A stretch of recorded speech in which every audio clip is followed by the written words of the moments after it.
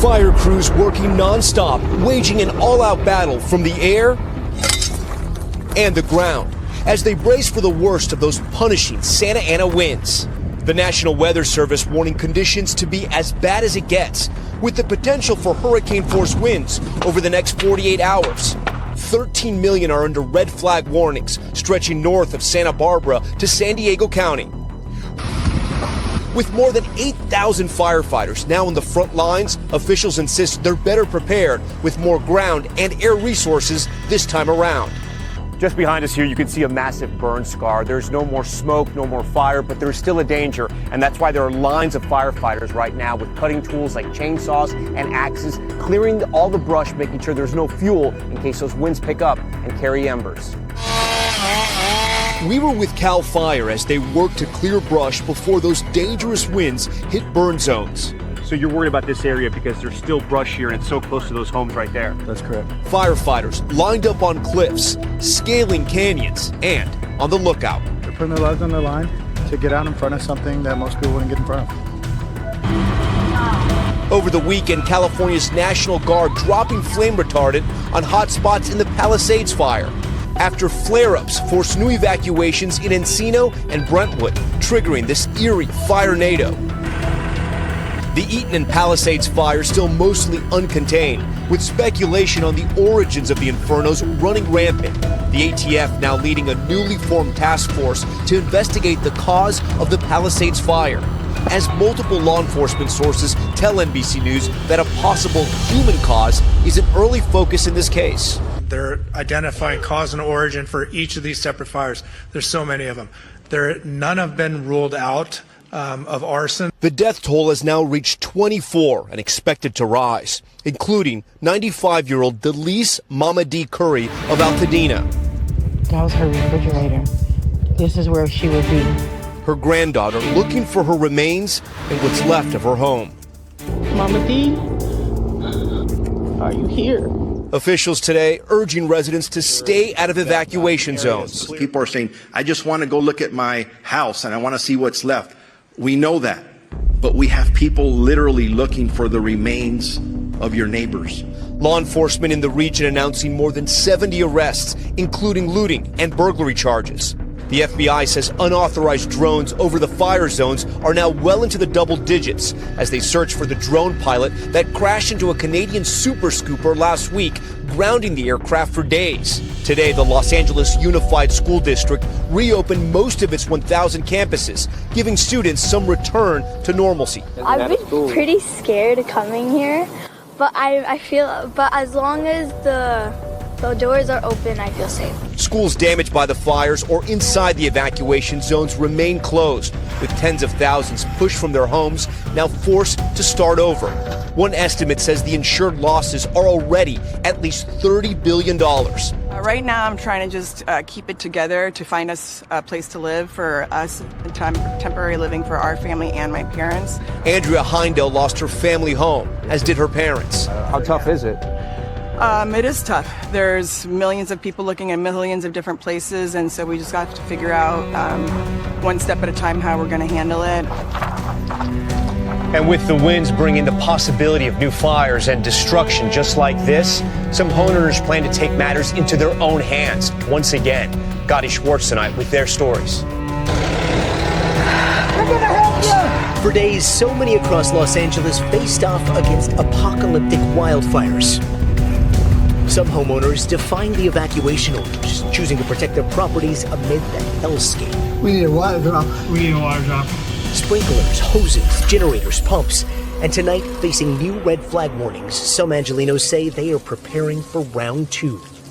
In wealthy enclaves, rows of water trucks and private firefighters standing at the ready. And right here we see 1, 2, 3, 4, 5 different water trucks. There's another 3 down the way. Those in the evacuation zones who lived to tell the tale of how they saved their streets say they did what they could with high-pressured hoses. So we were in all of our neighbors' backyards and lugging our hoses around.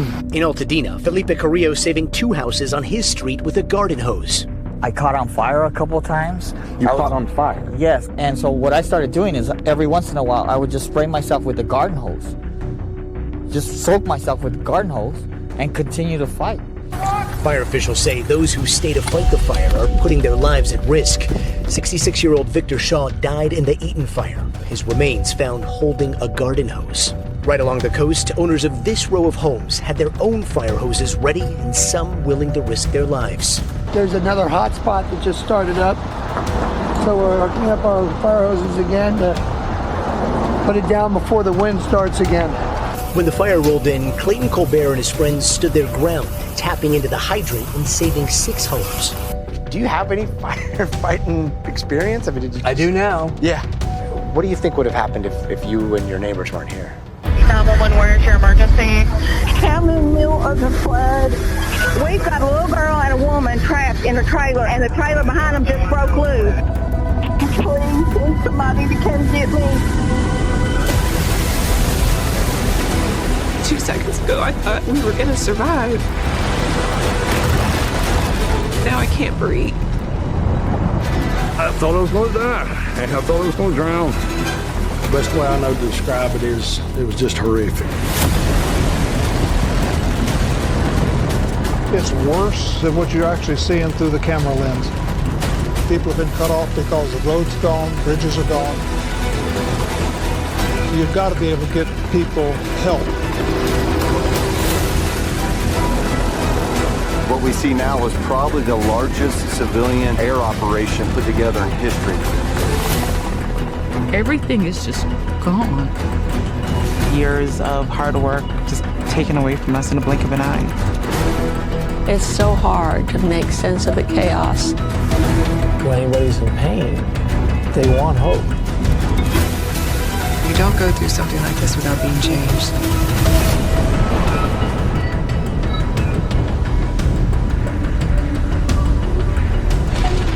It is massive.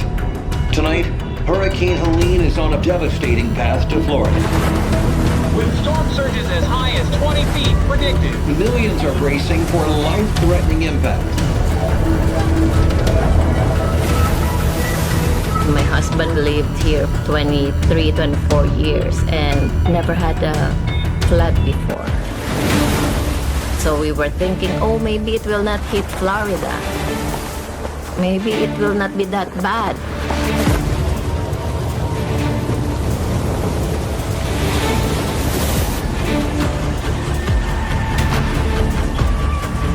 Look at the breach here. Wow, major flooding.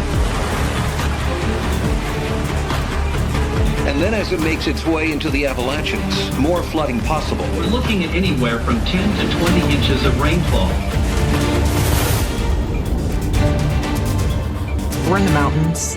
There's no tornadoes, there's no hurricanes.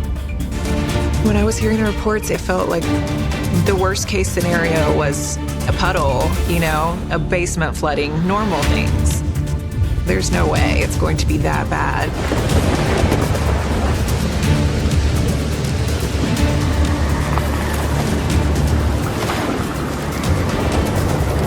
I could hear trees breaking. I could hear things being displaced by the wind. The best way I know to describe it is it was just horrific.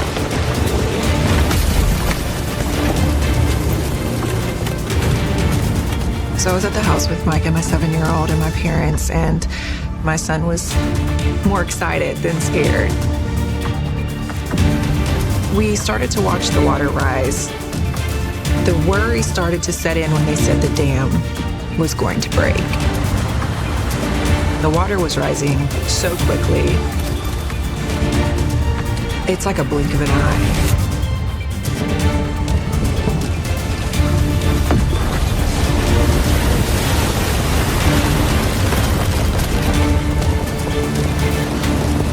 My car's gone. It's okay. Everything's gone. Probably within just 2 or 3 hours, we can see 90% of our house underwater. At that point, I wasn't even thinking about my house. I was just praying that I'd make it out alive.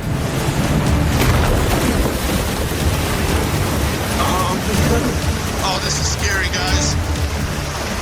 And I've already called 911, and there's nothing they can do. I thought I was going to die. I thought I was going to drown. It was very scary. Look at the house. Yeah, I see it. That's going downstream.